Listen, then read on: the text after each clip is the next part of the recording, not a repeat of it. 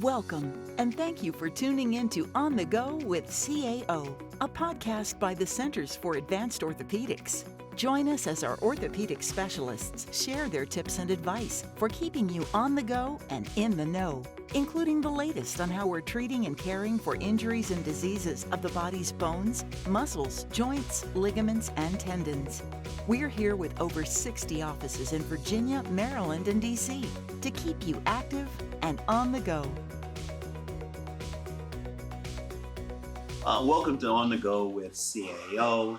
We are a group of orthopedic surgeons around the Washington, Virginia, Maryland area who have combined together to present to the public a unique level of care as well as education. Today, as one of our educational segments to help people understand some of the conditions that occur in orthopedics. In particular, we're talking about diseases of the spine. This is part two of a two-part discussion regarding spine issues.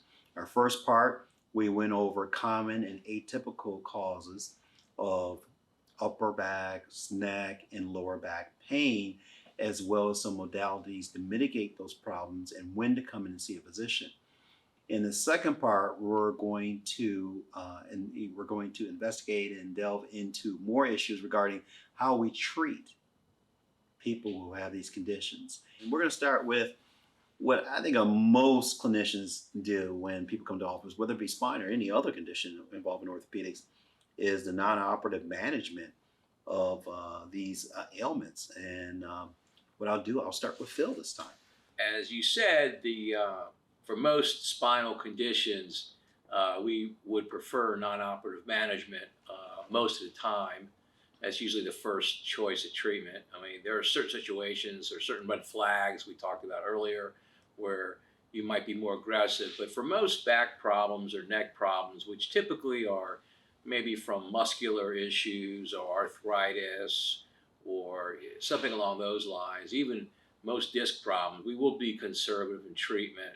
And there's lots of different options of treatment. Physical therapy is quite common. Use of some medications such as anti-inflammatories are quite common. Rest or alteration activities. I can go on and on and on, and I don't want to cover it all, but for most spinal problems, back and neck problems, that would be the initial approach, unless you do have some neurological issues, in which case you may be more aggressive and get an MRI quickly. Otherwise, you probably wouldn't do that initially. I did want to mention one other thing that I slipped my mind. It was kind of mentioned in part one a little bit about stress, and a lot of people do have back pain or neck pain. It may be from stress or maybe from depression or other anxiety issues, and sometimes if you can figure that out, maybe having them see somebody in the mental health field may also be a good approach in certain situations as well. Obviously, the priority is, as he mentioned, is receiving what the patient is experiencing and the history behind it.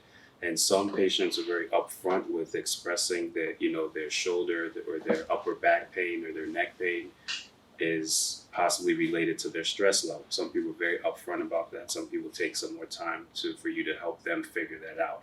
Same thing for the low back. So the goal is to receive that information and then cater your care or your treatment, which typically is non-operative because the majority of patients that we see do not need an operation. But you can cater your treatment based off of what their symptomatology is and what exacerbates their pain. For instance, if you see someone that has low back pain because specifically when they sit for periods of time, then really what they need is education and some counseling on doing things to keep them moving, not sitting through a 6-hour car ride without taking a break, or if they're a truck driver, knowing that the most pressure goes through your low back when you're sitting. So you need to educate them on that, and they may never need to see you again. Or it could be other things that you essentially cater your non-operative treatment or your operative treatment on exactly what they're experiencing. We always want to rule out something dangerous, which is usually a structural problem in your spine, something that could lead to loss of life or limb. We rule that out, and usually that's not the case, right? So we do that with our screening questions. then you kind of go on like the basic treatment plan, which is what we all know as the orthopedic treatment ladder, right? Mhm. I think all of us learned like a different version of that. So it'd be interesting to hear what people have learned. So like for me, they're like, there's only so many things I can do for you. So it's hard to figure out what's bothering people. Once you figure it out, the treatments are always the same, right? So you do some kind of, we believe in inflammation from some mechanical stress in the body. So in orthopedics, we'll do some over-the-counter anti-inflammatory medication and some self-directed exercise. And then if that doesn't work, we can do some professional exercise with physical therapy, right? Or some prescription anti-inflammatory medication. If that doesn't work and there's something that's going to respond to an anti-inflammatory, we'll give you an injection, right? In the spine world, we don't do our own injections usually unless it's a trigger point in a muscle that's really close to the skin. Otherwise, we send you to pain management colleagues to do the injections. Mm-hmm. And then at the end, if it's a structural problem that has a good track record of getting better with the surgery, then we might offer you surgery. But that surgery is going to be elective, right? Meaning that it's a choice. And the reason why you do it is if you have some risk to the limb or your function in the future, or if we backtrack and if we find that, something dangerous is going on, like there's an infection in your spine and it might crumble, and so we have to stabilize you. But that's just the algorithm. Yeah, the algorithm that you mentioned is exactly right. And, just going from the least invasive to the most invasive. So least invasive being counseling, educating a patient on ways that they can help mitigate or control their pain. Then you take a step up. Then we talk about medications, primarily anti-inflammatories, to help with that aspect of your pain, or things like muscle relaxers. You have other neuromodulating agents that can help control some nerve pain. Then as you move down the cascade, you may do something like bracing, which Ayo mentioned earlier, and then your physical therapy. One thing that is important to understand for patients when a physician like ourselves, when we bring up the term physical therapy, understanding that is a very broad term, and there are many things that you can exhaust within the physical therapy realm. So when a patient comes to me and says, hey, I did physical therapy for 2 weeks and my pain isn't any better, it oftentimes takes some time for me to educate them that there's so many things within the physical therapy umbrella that you unlikely exhausted all of those things, and you may also just need some more time. So I tell patients physical therapy is inclusive of exercises, other modalities like ultrasonic stimulation, electronic stimulation. Then you have things like massage therapy or manual traction. You have aqua therapy. Some people would include chiropractic treatment into that umbrella. So there's so many things that more than likely you will not ever exhaust all of those things, even in a lifetime. So if a doctor has gotten x-rays, MRIs, ruled out all the red flags that Ayo was mentioning, like infections, tumors, trauma, fractures, then you should focus your energy on exhausting all of those non-surgical things like the activity modification, medications, and physical therapy. And then on the other side of this spectrum that I'm elaborating is then your pain management, where you get into more, I would say, controlled substances and medications, and or injections where they can target different tissues in the back that we mentioned earlier that may be the source of your pain. And at the very end of the spectrum is where surgical management comes into play. And it's it's important to understand that surgery is very limited to what we can see. And there are a lot of things in the low back that we cannot see that cause pain. So if a surgeon tells you your MRI doesn't show anything for me to operate on, you have to, believe them and move forward with exhausting those other things that we mentioned. So I kind of explain to my patients, there's basically four worlds that we can do, four things we can do. We have medication, number one, which could be over the counter or prescription. We have physical therapy, number two, which could also be doing your self-directed home exercises. You have the world of pain management and injections and that sort of thing. And then number four, you have surgery. And those are the four main things. Now, there are many other other things. You can do acupuncture, chiropractics. There's, a kind of different thing. But there's a kind of 4 buckets that most of us kind of live in. And so really the question is when do you go from bucket 1 to bucket 2 to 3 and 4? Right. And I kind of follow that algorithm for the most part, unless you get a red flag and you jump to a different bucket, Mm-hmm. And I kind of follow that process. And probably most of us do that as well. And the question is timing. When do you get an x-ray? When do you get an MRI? At what point do you make those decisions? And most of us could treat the typical back pain or neck pain with medication and therapy. We don't really need MRIs for that. Maybe you get an x-ray if there's been an accident or trauma. Maybe you don't for a while. Maybe you don't get it the first time, but you might get it the second visit. And then after a certain period of time, if they fail the treatment, you may say, well, listen, you're not really getting better, and maybe there's something else going on. We need to get an MRI at some point. And that's when you get into treatment number 3 or number 4, which is injections or surgery. It's more of a last resort. I think that's a common motif throughout all of orthopedics. We start pretty much conservative, least invasive, and move it up, unless in every field there are red flags. In every field, whether it's spine, hip, shoulder, foot, ankle, knee, there is a red flag where you have to say, okay, I have to skip past this and move on. That always exists. So there's a couple of group of select patients that come in. We've talked about people who come in with acute back pain. You see them for the first time. What about the patient that comes in with the chronic back pain for a couple years that's been bouncing around doc to doc, getting different opinions, pain management, and stuff like that? That person doesn't fit necessarily inconveniently into the buckets. Mm-hmm.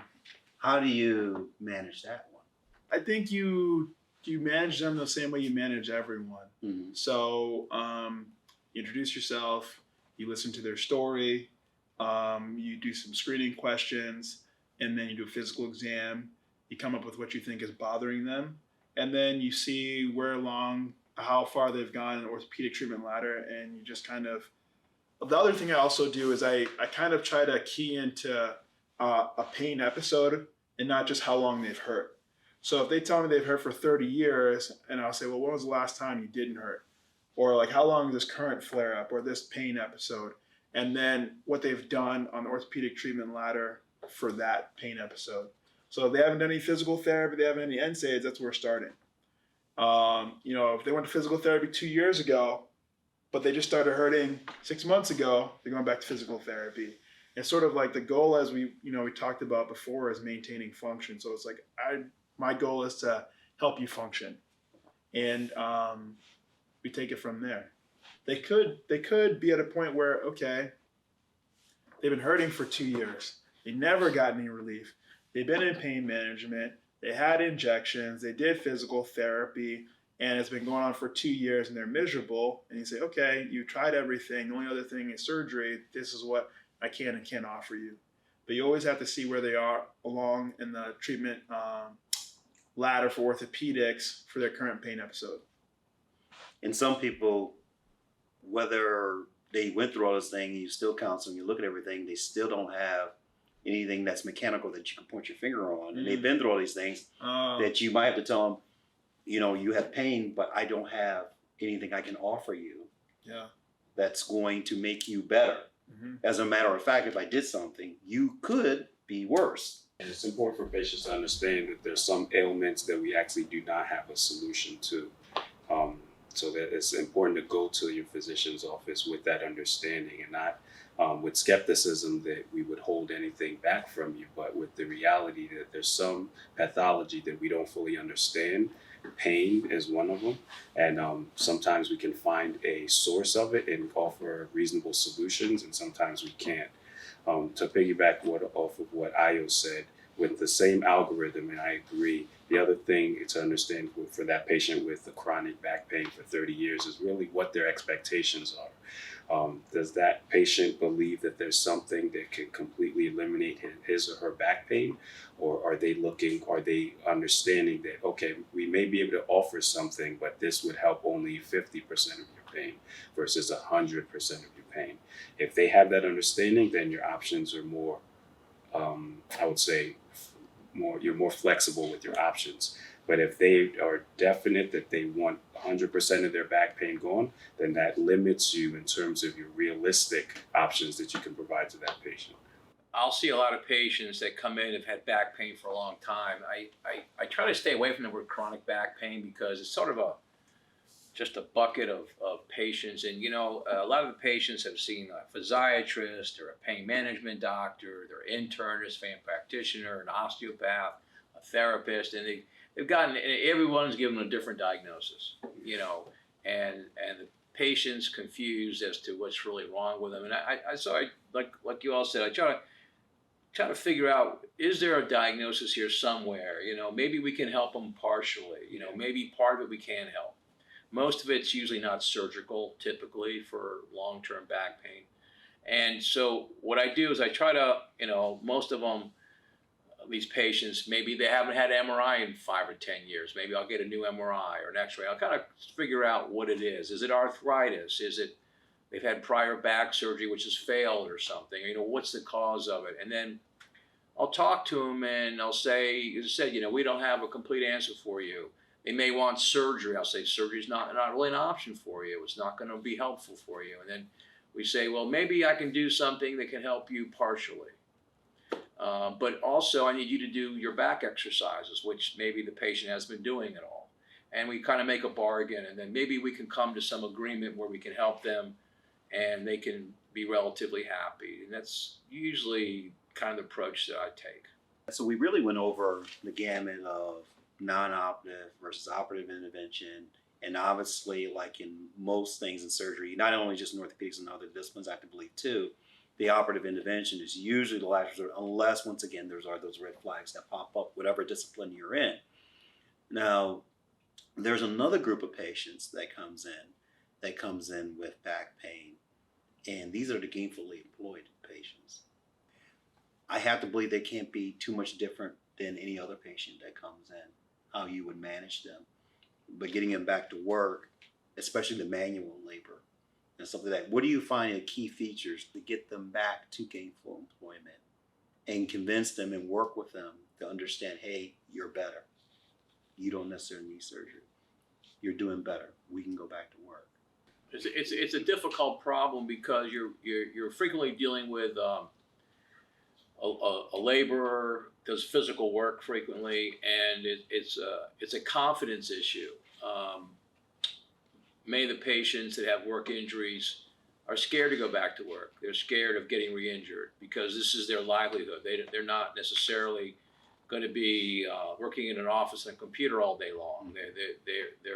They make their livelihood by doing work using their back, their arms, and their legs. So it's trying to get through to those patients that you can get better. You will usually get better, and you can go back to work and not necessarily re-injure yourself again. So a lot of it has to do with that.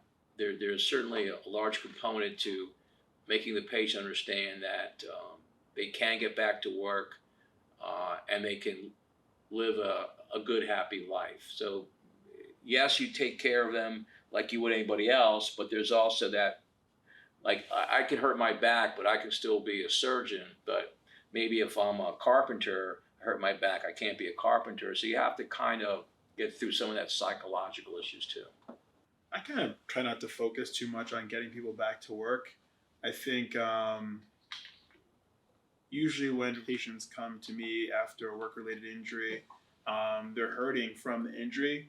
And so I focus on kind of trying to help them get past that. And then we take it from there. And